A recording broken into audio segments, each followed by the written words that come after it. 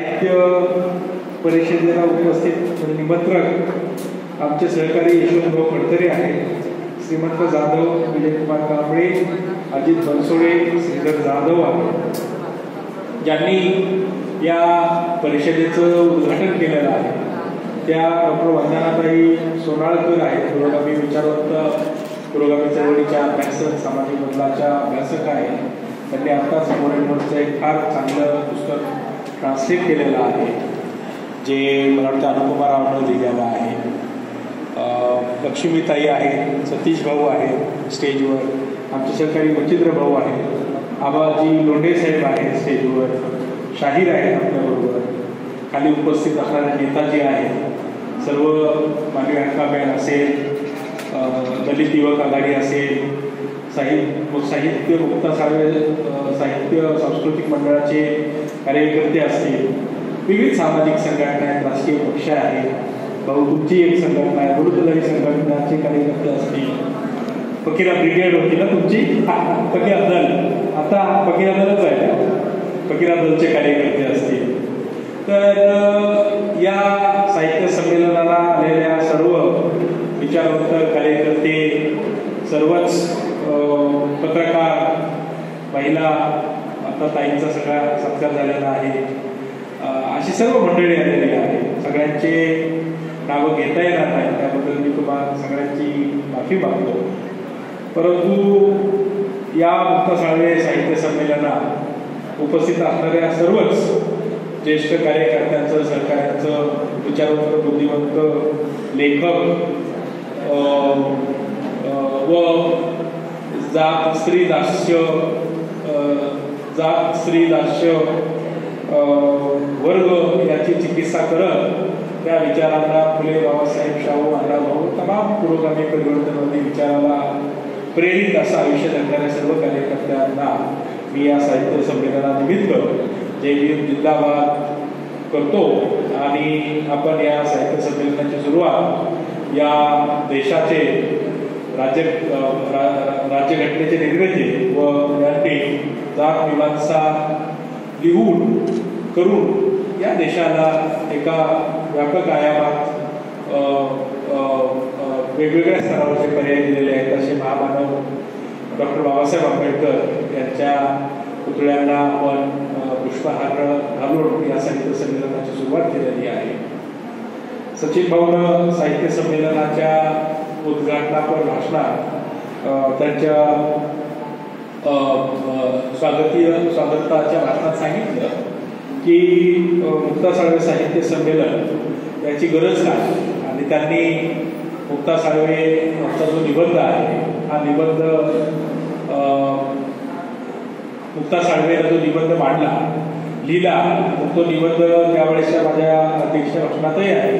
अध्यक्षीय भाषण कदाचित तुमच्या हातात असेल, ते पूर्ण काही वाचणार नाही, परंतु त्या अनुषंगाने त्याचे काही मुद्दे मी या अध्यक्षीय भाषणात मांडणार आहे. मुक्ता साळवेनं ज्यावेळेस हा ज्ञानोदयमध्ये झालेला निबंध लिहिला, मागामाऱ्याच्या दुःखाविषयी असं त्या निबंधाचं नाव आहे. महात्मा फुले त्या शाळेत शिकणाऱ्या त्या 14 वर्षीय माध्यम समाजाच्या तरुणी होत्या, आणि त्या निबंधात त्या म्हणतात, आम्ही धर्म नसणारी माणसं, आम्हाला जर या व्यवस्थेत सगळ्यांना धर्म आहे आणि आम्ही जर धर्माचं वाचन केलं किंवा आम्हाला जर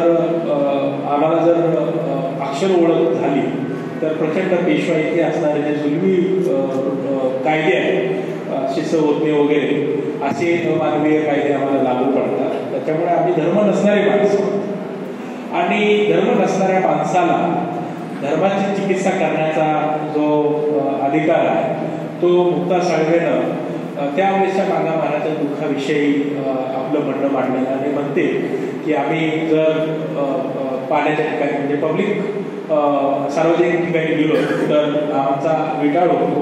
आम्हाला सार्वजनिक ठिकाणी गेल्यानंतर जातीय अत्याचाराला बळी पडावं लागतं.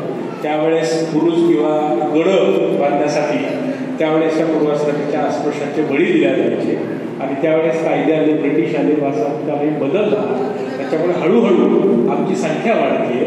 हळूहळू त्यावेळेसच्या पूर्वाश्रमीच्या दलितांचा जो बळी जात होता तो कमी होतोय, आणि मुक्ता सळवे ही माझा महाराजांच्या दुःखाविषयी लिहित असताना आम्ही धर्म नसणारी माणसं आहोत, हे ईश्वरा आम्हाला कोणता धर्म असावा हे तू सांग, किंवा धर्माची चिकित्सा करताना आमचा धर्म कोणता आहे हे सांग. म्हणजे मुक्ता साळवे हे ज्यावेळेस निबंध लिहित होती त्यावेळेस मुक्ता साळवे ह्या काही साहित्य लिहित नव्हत्या, त्यावेळेस ती त्या व्यवस्थेचं विश्लेषण करत होती.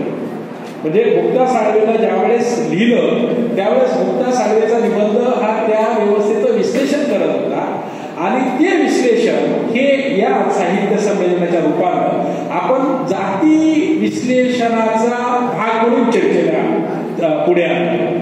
म्हणजे दलित साहित्य असेल, स्त्रीवादी साहित्य असेल, आदिवासी साहित्य असेल, गुराखी साहित्य असेल, संत साहित्य असेल, किंवा एकूण पर्यायी परिवर्तन आणि बहिष्कृत माणसाचं आयुष्य जगणारं आयुष्य मांडणारं जगाच्या पातळीवर, जगात सगळीकडे, मग ते आफ्रो अमेरिकन असेल किंवा तिकडे अबॉरिजिनल लिटरेचर असं म्हणतात, किंवा कॅरेबियन लिटरेचर असं आपल्याला म्हणता येईल, किंवा इकडे जातीच्या अनुषंगानं आदिवासी किंवा मी आता उल्लेख केला तसं दलित साहित्य असेल. तर भारतात आणि जगाच्या पातळीवरती ही जी नवसाहित्याची निर्मिती जी आहे ती फक्त साहित्यिक कलाकृती म्हणून पुढे येत नाही, तर ती त्यांच्या जगण्यातून आलेलं जे काही म्हणणं आहे ते टिपत टिपत ते लिहितात, आणि त्याचं लिखाण किंवा त्यांचं जे स्वकथन आहे ते काही कालांतरानं साहित्य म्हणून त्याचं प्रारूप विकसित होतं, किंवा साहित्य म्हणून त्या दस्ताला किंवा त्या लिखाणाला आपण बघतो. त्याच्यामुळे 1960-70च्या काळात दलित लेखक ज्यावेळेस स्वतःबद्दल लिहित होती त्यावेळेस ते साहित्य निर्मिती करीत होते, साहित्य निर्मिती होती असं त्यांना कदाचित वाटत नव्हतं. पण ज्यावेळेस 30-40 वर्षानंतर आपण आज बघतोय त्यावेळेस दलित साहित्याचं प्रारूप हे त्यांनी जे काही लिहिलेलं आहे त्याच्यातून विकसित झालं. म्हणजे दलित एकूण पर्यायी परिवर्तनाचा विचार मांडणाऱ्या आणि बहिष्कृतांचं जे साहित्य आहे हे अस्खलित साहित्यिक कलाकृती आहे का, आणि जर ती नसेल तर मग ती त्यांच्या जगण्यातून, त्यांच्या वेदनेतून, त्यांच्या नकारातून, त्यांच्या कलंकित अपमानित जीवनातून विकसित होणारी जे जीवनमान आहे किंवा जी जगण्याबद्दलची कल्पना आहे किंवा त्यांच्या आयुष्यातले जे वेगवेगळे आयाम आहेत त्याच्याबद्दल ते ज्यावेळेस लिहितात त्यावेळेस ते साहित्यच आहे, ते साहित्य म्हणूनच विकसित होतं. त्याच्यातला जो ऑथेंटिसिटी किंवा त्याच्यातला जो स्वाधिकार जो आहे तो स्वाधिकार हा नव साहित्याचा एका अर्थानं केंद्रबिंदू असतो. त्याच्यामुळे या हॉलमध्ये बसणारे सगळे कार्यकर्ते आहोत आपण, मोर्चा काढणारी माणसं, घोषणा देणारी माणसं, किंवा जाती अत्याचाराच्या विरोधात मोर्चा काढून त्याला न्याय देणारी माणसं, गायरान जमिनीचा मोर्चा काढून त्याला न्याय देणारी माणसं, ही माणसं साहित्य आणि त्या अनुषंगानं काय विचार करत असतील. तर जी माणसं मोर्चा काढतात, आंदोलन करतात, उपोषण करतात, त्यांचं ती जी कृती आहे ती कृती जरी गैर साहित्यिक वाटत असेल तरी ती ज्यावेळेस तिचं लिखाण होतं, ज्यावेळेस तिच्यावरती लिहिल्या जातं त्यावेळेस ती साहित्य कृती म्हणूनच विकसित होती. त्याच्यामुळे तुम्ही जर आंबेडकरी चळवळीमध्ये, दलित साहित्याच्या आंबेडकरी चळवळीमध्ये बाबासाहेब आहेत असताना आणि नसतानाही ज्यावेळेस बाबासाहेबांनी महाडचं आंदोलन केलं, काळाराम सत्याग्रह केला, तर बाबासाहेबांच्या आंदोलनाला आणि बाबासाहेबांच्या लिखाणाला आणि त्यांनी प्रेरित होऊन त्या प्रेरणेला केंद्रभूत मानून जे काही समर्पित भावनेनं जे काही दलित साहित्यिकांना लिहिलं ते ज्यावेळेस ते लिहित होते ते त्यांच्या जगण्यातली अपमानितपणा, त्यांच्या जगण्यातला कलंकितपणा, त्यांच्या जगण्यातलं दुःख, दारिद्र्य, दास्य याच्याबद्दल लिहित होती. तर ही मुळात फिजिकल एक्सपिरियन्स आहे. ही माणसं जशी जगली तसे ते लिहित गेले. त्यांचं जे जगणं आहे ते जगणं त्यांनी लिहिलं आणि तो त्या लिखाण परंपरेचा भाग बनला. म्हणजे जी माणसं शारीरिक वेदना असतील, या व्यवस्थेनं त्यांच्यावरती लादलेल्या हालअपेक्षा असतील, या व्यवस्थेनं त्यांच्यावरती लादलेलं दुःख, दारिद्र्य, अपमानितपणा, जातीय कलंकितपणा असेल, याच्याविषयी जी माणसं लिहित होती, बोलत होती, मोर्चा, आंदोलन, उपोषण किंवा त्यांच्या परीनं लढा उभं करत होती, या लढ्याचं जे काही मांडणी होत गेली, ती मांडणी एका टप्प्यामध्ये साहित्य म्हणून विकसित होत गेली. तेच आपल्याला स्त्रीवादाच्या बाबतीतही दिसेल. म्हणजे वैचारिक भूमिकेला प्रेरणा मानून गैर साहित्यिक कलाकृतीमधून, आता मी ज्यावेळेस गैर साहित्यिक म्हणतो त्यावेळेस मुख्य प्रवाही साहित्य संमेलनानं साहित्य काय, साहित्याच्या संकल्पना काय, साहित्य कसं आहे, त्याच्या आधार काय, त्याचं स्वरूप काय आहे, हे मराठी साहित्य संमेलनात आपण दरवेळेस पाहतो. आणि विद्रोही साहित्य संमेलन असेल किंवा मुक्ता साळवेसारखं साहित्य संमेलन असेल किंवा स्त्रीवादी साहित्य संमेलन असेल, हे साहित्य संमेलन हे मुख्य प्रवाही साहित्य संमेलनाला तुम्ही तुमची साहित्यिक कलाकृती ही कालबाह्य आहे का, हिचं जैविक रूप हे टिकणारं नाही किंवा त्यांच्या साहित्याच्या संकल्पनेला छेद देत जैविक साहित्य आणि त्या अनुषंगानं विकसित होणाऱ्या साहित्याचं प्रारूप कसं विकसित होतं याची चर्चा गेली 50-50 वर्षापासून पुढे आलेली आहे. मग त्या अण्णाभाऊच्या साहित्य संमेलनामध्ये आपण अण्णाभाऊ म्हणतात की जी माणसं 3 दगडाची चूल करून राहतात ती माणसं भांडवली व्यवस्थेनं त्यांच्यावरती ती अवस्था आणलेली आहे. त्याच्यामुळे माझं जे काही लिखाण आहे ते लिखाण हे कल्पनेचे पक्षी पंख लावून आकाशात भरारी मारत नाही, त्या बाबतीत मी बेडूक आहे. तर जे मी पाहिलं, ऐकलं, वाचलं, भोगलं, याच्यातून ते विकसित झालेलं आहे. म्हणजे अण्णाभाऊचं पहिल्या दलित साहित्य संमेलनातलं भाषण जे आहे ते याच्यासाठी महत्वाचं आहे की अण्णाभाऊ हे साहित्य ही त्यांच्या जगण्यातलं जे जैविक रूप आहे, त्यांनी जे पाहिलंय, ऐकलंय, उपभोगलंय, याच्यातून आलेली जी दृष्टी आहे ती दृष्टी साहित्य कलाकृती म्हणून विकसित झालेली आहे. त्याच्यामुळे अण्णाभाऊनं माझी महिला गावावर राहिली, माझ्या जीवाची होती काही शाहीरनं अण्णा ते म्हटलं, तर हे ज्यावेळेस लिहिलं त्यावेळेसच्या कामगाराचं जे दुःख आहे ते अण्णाभाऊनं त्या शाहिरीतून लिहिलं नाही. पण आज ते लिखाणाचा किंवा पोवाड्याचा एक उत्तम कलाकृती म्हणून आपण त्याच्याकडे बघतो. अण्णाभाऊनं ज्यावेळेस गिरणी कामगाराचे लढे मुंबईत सुरू होते त्यावेळेस खास करून त्यांचे पोवाडे गिरणी कामगाराच्या लढ्यातून विकसित झालेली त्यांची जी काही जाणीव होती त्याच्यातून ते लिहिलेलं आहे. पण ते आज आपण ज्यावेळेस अभ्यासतो त्यावेळेस ते साहित्यिक कलाकृती म्हणून आपण अभ्यासतो. त्याच्यामुळे माझा मुद्दा असा आहे की मुक्ता साळवे साहित्य संमेलन हे पारंपरिक साहित्य संकल्पनेला छेद देत जी माणसं दुःख, वेदना, दारिद्र्य याच्याबरोबर संघर्ष करीत जात, स्त्री, दास्य, वर्ग याच्या विरोधात उभा राहून फुले, बाबासाहेब, शाहू, अण्णाभाऊ, फकीरा व तमाम पर्यायी परिवर्तनवादी विचाराला प्रेरित असं आयुष्य जगतात. ते आयुष्य जगत असताना ते मोर्चा जरी करीत असतील, ते आंदोलन जरी करत असतील, ते भाषण जरी करत असतील मोर्चा आंदोलनातलं, किंवा ते एखादी कथा, कादंबरी, आत्मकथन किंवा वैचारिक लिखाण करत असतील, या सगळ्याच गोष्टी साहित्यिक म्हणून विकसित होत असताना आपल्याला दिसतात. त्याच्यामुळे परिवर्तनवादी चळवळीमध्ये विचार करणे आणि भाषण करणे किंवा एखाद्या मोर्चामध्ये भाषण करणे, एखाद्या सभेला, एखाद्या आंदोलनाला संबोधित करणे, ह्या 2 वेगवेगळ्या गोष्टी नाहीत, ह्या 2 एकच गोष्टी आहेत असं माझं मत आहे. ह्या दोन्ही एकच गोष्टी आहेत. त्याच्यामुळे पारंपरिक साहित्याला विचार करणे ही एक विशिष्ट अवस्था आहे.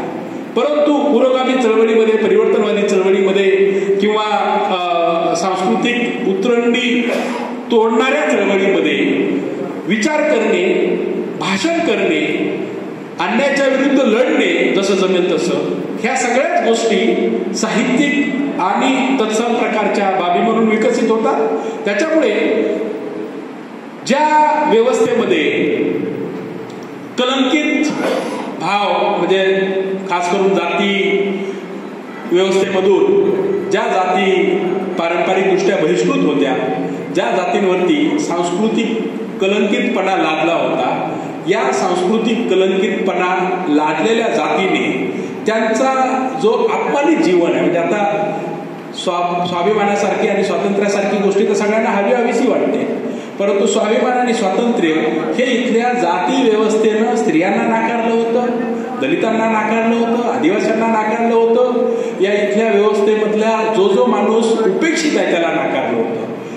ज्याचं जीवन अपमानित आहे, जो माणूस सांस्कृतिक दृष्ट्या सामाजिक दृष्ट्या कलंकित आयुष्य जगतो, अशा कलंकित आयुष्य जगणाऱ्या आणि ज्याच्या वाट्याला अपमानित आयुष्य आलेलं आहे अशा माणसाच्या दुःखदार्शाविषयी लिहिणारी किंवा त्याच्या आयुष्यात बदल घडवून आणण्यासाठी सामाजिक राजकीय सांस्कृतिक पातळीवरती वेगवेगळ्या टप्प्यात काम करणारी माणसं हे साहित्य व तत्सम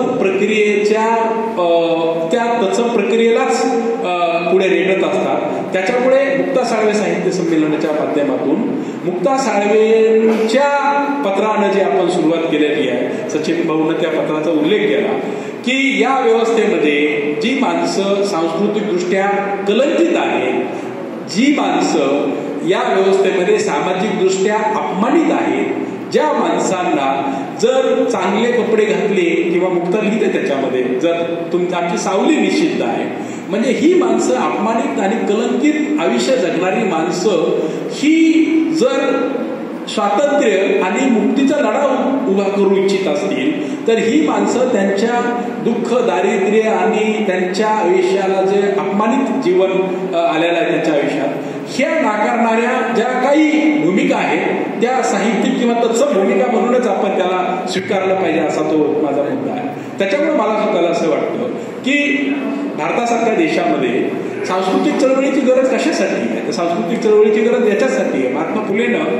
त्यांच्या एकूण लिखाणामध्ये 2 शब्द वापरलेले आहेत. एक तर सारासार विचार असा वापरलेला आहे कॉमन सेन्स या अर्थानं, आणि महात्मा फुले एक स्त्री शूद्र अतिशूद्र असा एक शब्द वापरतात. स्त्री शूद्र अतिशूद्र म्हणजे ह्या तिन्ही शब्दाची ती एक संकल्पना आहे फुल्यांच्या दृष्टीने. स्त्री शूद्र अतिशूद्र, अतिशूद्र अनटचेबल जाती स्त्रिया आणि शूद्र मध्यम जाती, तर त्याला नंतर बहुजन असा शब्द पुढे विकसित झाला.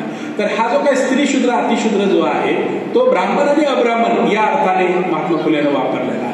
तर जी माणसं या व्यवस्थेमध्ये आपण जीवन जगतात, म्हणजे महात्मा फुलेनं शेतकऱ्याच्या असूडमध्ये सगळ्या 1 ते 5 प्रकरणामध्ये सांगितलेलं आहे की भौतिक शोषण ज्याचं होतं ते भौतिक शोषण होतं, त्याचे मूळ आधार हे सांस्कृतिक आहेत. म्हणजे जी माणसं उत्पादक आहेत, शेतकरी जे माणसं उत्पादनशील आयुष्य जगतात अशी माणसं त्याला तुपाशी खात नाहीत, पण ज्या माणसाचा श्रमाशी काही संबंध नाही अशी मात्र माणसं हे आनंदी आणि सुखाचं आयुष्य जगतात. महात्मा फुलेंची ही जातमीमांसा. महात्मा फुलेने सांगितलं भौतिक शोषण हे सांस्कृतिक शोषणातून उभ्या राहिलेल्या संरचनेचा भाग आहे आणि त्याच्यापुढे उत्पादक अनुत्पादक असा महात्मा फुले जे वर्गीकरण करतात ते त्याच अर्थानं.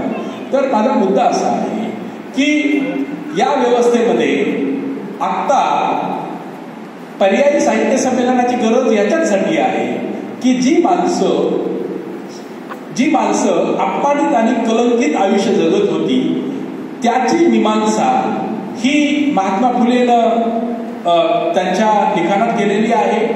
डॉक्टर बाबासाहेब आंबेडकरांना त्यांच्या एकूण म्हणजे बाबासाहेबांचं जर आपण ॲनिलेशन ऑफ कास्ट बघितलं, जेनेसिस ऑफ कास्ट बघितलं किंवा कास्ट इन इंडिया बघितलं तर बाबासाहेबांची ही जी जात मीमांसा आहे, कास्ट क्रिटिक जे आहे, तर ते मुळात डॉक्टर बाबासाहेब आंबेडकर ही इथल्या जातींची मीमांसा करतात आणि जात मीमांसा करत असताना डॉक्टर बाबासाहेब आंबेडकर हे इथल्या अपमानित आणि कलंकित जीवनाचे कारण शोधतात आणि त्याच्यामुळे बाबासाहेबांना इथल्या अपमानित आणि कलंकित जीवनाचं जी मीमांसा केलेली आहे ती मुळात जात मीमांसा आहे. त्याच्यामुळे बाबासाहेब आंबेडकर हे ॲनिमेशन ऑफ कास्टमध्ये जर तुम्हाला राजकीय क्रांती करायची असेल तर प्रामुख्याने ती सामाजिक आणि सांस्कृतिक क्रांतीतून जर पुढे जाणार असेल तर ती होणार.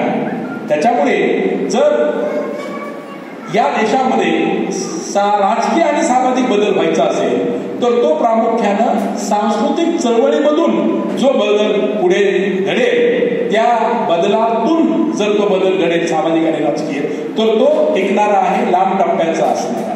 त्याच्यामुळे मला असं वाटतं की या सांस्कृतिक चळवळीमध्ये साहित्य संमेलनामधून आपण डॉक्टर बाबासाहेब आंबेडकरांनी जी जात मीमांसा केलेली आहे ती जात मीमांसा केंद्रभूत जर मानली तर ती जात मीमांसा हे इथल्या बाबासाहेबांनी कास्ट लेबर असा शब्द वापरलेला आहे, जातश्रम म्हणजे इथल्या जातीला सुद्धा इथल्या श्रमाला सुद्धा जात आहे. त्याच्यामुळे बाबासाहेबांनी जे सांगितलं की तुम्ही खेड्याकडून शहरांकडे जा किंवा जातीची कामं सोडा, मारकी सोडा, मालकी सोडा किंवा बलुत्याची कामं सोडा. तर बाबासाहेबांना जात श्रम सोडायला सांगितलं कारण इथलं श्रम हे जातीनं कलंकित झालेलं आहे. त्याच्यामुळे आता आजही समजा जर कोणी स्वीपर असेल तर आपणच संडास साफ करणाऱ्या माणसाच्या असं लागून जातो. म्हणजे जो माणूस कलंकित काम करतो, ज्या माणसाचं श्रम कलंकित आहे तो माणूसही कलंकित आहे. त्याच्यामुळे बाबासाहेबांना इथल्या जातीची मीमांसा करत असताना कलंकित श्रम जे आहे ते तुम्ही नाकारलं पाहिजे असं बाबासाहेब म्हणतात. आणि ज्यांनी कलंकित श्रम नाकारलं त्यांच्या जगण्यामध्ये बदल आला. त्याच्यामुळे मला कधी बाबासाहेबांनं कलंकित श्रम नाकारलं. बाबासाहेबांनं भारतातल्या ज्या जातीनं बाबासाहेबांचं ऐकलं, मराठातल्या जाऊ द्या, भारतातल्या महाराष्ट्रातल्या बौद्धांना ते ऐकलं, पूर्वासाहेबांच्या महाराजांना ऐकलं, उत्तर भारतामध्ये चर्मकारांना ऐकलं, चमार म्हणून आहे, तिकडे दक्षिणेत परायांनी ऐकलं, तिकडे जर तुम्ही इकडे ओरिसामध्ये गेलात तर तिकडे डेड नावाची एक मोठी शेड्यूल कास्ट जात आहे. तर ज्या जातीनं बाबासाहेबांचं ऐकलं त्या जातीनं जातश्रम नाकारलं. ते शिकले, संघटित झाले आणि संघर्ष केला आणि शिकून संघटित होऊन संघर्ष करून त्यांनी या व्यवस्थेबरोबर संघर्ष केला आणि संघर्ष करत सचिन भाऊ या व्यवस्थेला तह करण्यास भाग पाडलं. त्याच्यामुळे डॉक्टर बाबासाहेब आंबेडकरांचा जर आपण उदाहरण धर्मांतरांचं जर बघितलं 1956 तर बाबासाहेबांचं बुद्धिझम हे मला तरी असं वाटतं की महात्मा फुलेंना जो सारासार विचार मांडला होता तर सारासार विचाराची रिप्लेसमेंट आहे. त्यांनी कॉमन सेन्स बदलला. जो माणूस ज्याचं नाव अगोदर धोंड्या होतं तो धम्मपाल झाला. हा सारासार विचारातला बदल आहे. ज्याच्या घरावर तुळशी होत्या त्याच्या घरावरती अशोक चक्र आलं. हा सारासार विचारातला बदल आहे. ज्याच्या पत्रिकेवरती लग्नाच्या पत्रिका कशा असतात तुम्हाला माहिती आहे, मी सांगत नाही, पण जो बौद्ध झाला त्याच्या लग्नाच्या पत्रिका बघा कशा आहेत. हा बदल का झाला तर हा बदल त्या लोक